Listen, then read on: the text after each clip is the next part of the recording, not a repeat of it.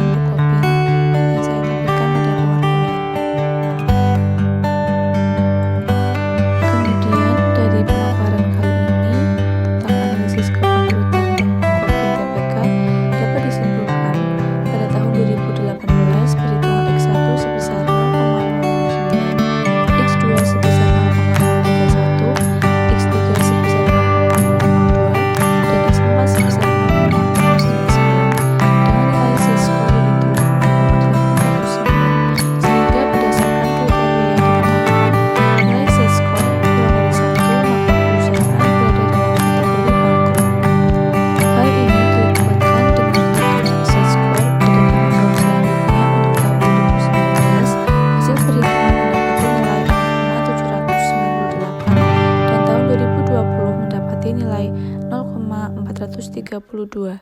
Ketiga nilai Z-score ini menggambarkan keadaan perusahaan termasuk dalam kategori bangkrut, karena memiliki nilai di bawah 1. Prediksi ini dikuatkan dengan kemampuan menghasilkan laba perusahaan yang semakin menurun sampai mengalami kerugian di tahun 2020.